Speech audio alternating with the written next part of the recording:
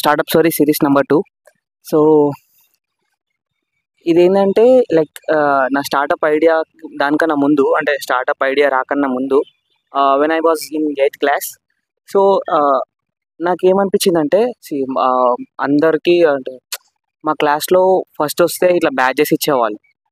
So అప్పుడు ఏమనిపించిందంటే నాకు, వాడు ఫస్ట్ అవ్వడం అంటే ఒక సర్టన్ పీపుల్ ఫస్ట్ అవ్వడం కోసం వేరే పీపుల్ని డిస్ట్రాక్ట్ అయినా చేస్తున్నారు. లేకపోతే వేరే పీపుల్కి వాళ్ళ దగ్గర ఆన్సర్ తెలిసినా కానీ, వేరే పీపుల్కి అంటే ఇప్పుడు వాళ్ళకి ఆన్సర్ తెలిసినా కానీ వీడు ఎక్స్ప్లెయిన్ చేయలేకపోతున్నాడు. సో వాడు ఇంకొకటిని అదర్ ఎండ్ ఉన్న పీపుల్ ఏంటంటే వాడు స్లో లెర్నర్, అంటే అంత ఈజీగా అర్థం కాదు వాడికి. సో దట్స్ మేక్స్ మీ, అంటే వాడికి అర్థమైంది వీడికి అర్థం కాలేదు అండ్ ఆల్ ది స్టఫ్ ఉండేది. సో నాకేమనిపించిందంటే, ఇట్లా కాంపిటేటివ్ వరల్డ్లో ఉండడం కన్నా కొలాబరేటివ్ థింగ్స్లో ఉంటే బెస్ట్ అనిపించింది. ఎట్లా అంటే, ఇప్పుడు ఒక సర్టన్ క్లాస్లో 2 టాపర్స్ ఉంటారు. అది ఏంది, వాడికి అర్థమయ్యి వీడికి చెప్పకపోతే అట్లా 2 టాపర్స్ ఉంటారు. నార్మల్గా 2 టాపర్స్ ఉంటారు. సో అదే వాడికి అర్థమైంది ప్రతి ఒక్కరికి కొలాబరేట్ చేసి చెప్తే, వీడికి అర్థం కాని ఏదైనా వీడికి అర్థం కాని థింగ్ ఉండి వాడికి అర్థమైన థింగ్ ఉండి, అంటే ఒక్కొక్కడు ఒక్కొక్క దాంట్లో టాపర్ ఉంటారు కదా సబ్జెక్ట్స్లో. సో వీడికి అర్థమైంది వీడికి ఎక్స్ప్లెయిన్ చేసి వాట్ ఇఫ్ అలా ఎట్లా ఉంటుంది. సో నాకు అది అనిపించింది. అండ్ ఇంకా చాలా అంటే ఈ ఈ స్లో లెర్నర్ ఎవడైతున్నాడో వాడు చాలా డిప్రెస్డ్గా ఉండేవాడు. ఏమో మేబీ చేంజ్ కావచ్చు పీపుల్. ఒక క్లాస్లో ఇంతమంది ఉన్నప్పుడు, కొలాబరేటివ్ లెర్నింగ్ ఉన్నప్పుడు, టీం వర్క్ ఉన్నప్పుడు, వాడికి అప్పటి నుంచే టీం వర్క్ నేర్పిస్తున్నప్పుడు మేబీ ఏదైనా చేంజ్ ఉండొచ్చేమో అని ఒక థాట్ ప్రాసెస్ వచ్చింది. సో దాని ద్వారా నేను తెలుసుకుంది ఏంటంటే, దాని తర్వాత నుంచి నేను ఇట్లా ఏమంటారు కమ్యూనిటీస్లో జాయిన్ అవ్వడము అండ్ ఈవెంట్స్కి వెళ్ళడము అండ్ ఆల్ ది స్టఫ్ చేసిన. సో నాకు అప్పుడు అనిపించింది ఏంటంటే, ఇది ఒక్కటే చేస్తే కాదు, ప్యారలల్గా డెవలప్ కావాలి. ఎలా అంటే, మనము ఏదైనా ఒక కంటెంట్ క్రియేషన్ స్టార్ట్ చేసి పీపుల్ని ఇన్స్పైరింగ్ చేయాలి. ఒక ర్యాండమ్ వీడియో ఏదైనా సరే, ఒక ర్యాండమ్ వీడియో తీసుకొని పీపుల్ని ఇన్స్పైర్ చేద్దాం అనే ఒక థాట్ ప్రాసెస్తో వచ్చిన. నాకు అనిపించింది ఏంటంటే, నేను 2 times ఐఐటి బాంబేకి వెళ్ళినప్పుడు నాకు అనిపించింది ఏంటంటే, వాళ్ళు చాలా అంటే ఇట్లా నార్మల్ మన ఇంటర్ తర్వాత వచ్చిన బీటెక్ పీపుల్ లాగా లేరు. దే ఆర్ లైక్ ఇమ్మెన్సివ్ టెక్నాలజీస్ని యూజ్ చేస్తారు వాళ్ళు. లిటరల్లీ వాళ్ళకి తెలిసిన ఏ టూల్స్ కూడా మనకు తెలియదు, అట్లాంటి టూల్స్ని యూజ్ చేస్తున్నారు వాళ్ళు. అండ్ దాని తర్వాత నుంచి నాకు అర్థమైంది ఏంటంటే, AI take over the world నాకు అర్థమైంది. దాని తర్వాత నుంచి ఇక నేను కూడా ఏఐని యూజ్ చేయడం స్టార్ట్ చేసిన. అండ్ చాలామంది ఒక పర్స్పెక్టివ్ ఉంది, ఒక డౌట్ ఉంది ఏంటంటే, AI will take the jobs.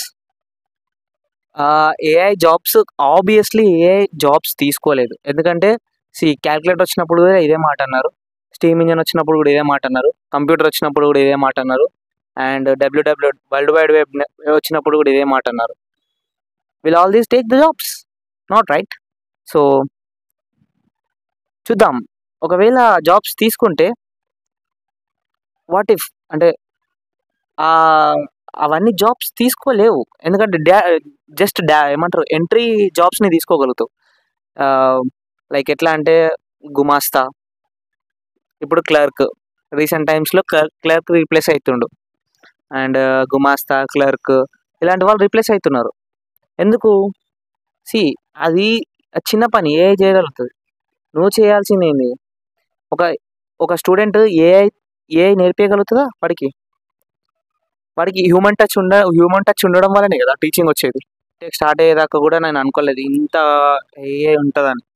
నాకు ఎట్లా అనిపించింది అంటే, మాకు ప్రోటోటైప్ అంటే నాకు మెంటరింగ్ ఇచ్చిన వాళ్ళు ప్రోటోటైప్ చేయమన్నారు. అప్పుడు నాకు అంతగానం I'm not much that into coding. So నాకు ప్రోటోటైప్ చేయాలంటే భయమైంది ఫస్ట్, ఎలా చేయాలని. దాని తర్వాత అనిపించింది ఏంటంటే, is there any kind of sources to help me అని యూట్యూబ్లో కొట్టడం స్టార్ట్ చేసిన.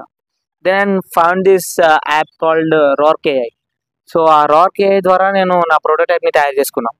And I can go for investment right now. అంటే నేను ఇప్పుడు పిచ్ చేయడానికి వెళ్ళొచ్చు, ఆ లెవెల్లో నేను ప్రోటోటైప్ని తయారు చేసుకున్నాను. ఈ ఏఐ ద్వారా నేను నేర్చుకుంది ఏంటంటే, ఫస్ట్ దానికి మనం ఎంత చేసినా దానికి ట్రైనింగ్ ఇచ్చినట్టే.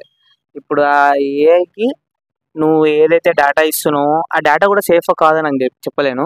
కాకపోతే all humanised are going to be digitalised. అన్ని హ్యూమనైజ్డ్ ఫైల్ సిస్టమ్స్ అన్నీ డిజిటలైజ్డ్ అవుతున్నాయి. So make sure to learn AI. And ఒక అంటే మీకోసం ఒక రిసోర్స్ పెడుతున్నా. ఏంటంటే సి ఒక్కొక్కళ్ళకి ఏదైనా ఒక టెక్నాలజీ నేర్చుకోవాలని ఒక థాట్ ప్రాసెస్ ఉంటుంది. లైక్ ఎలా అయితే మా మా మా మా ఫ్రెండ్కి పైథాన్ నేర్చుకోవాలని ఉంది. లెట్స్ సే ఒక పర్సన్కి వెబ్ డిజైనింగ్ నేర్చుకోవాలని. సో దానికోసం ఒక లింక్ పెడుతున్నా కింద. ఆ లింక్లో ఏంటంటే ఆ లింక్ వెబ్సైట్ ఇప్పుడే చెప్పేస్తున్నా. రోడ్ మ్యాప్ ఎస్హెచ్ అని ఉంటుంది. నేను దాన్ని డిస్క్రిప్షన్లో పెడతా. అండ్ ఈ రోర్కి అది కూడా డిస్క్రిప్షన్లో పెడతా.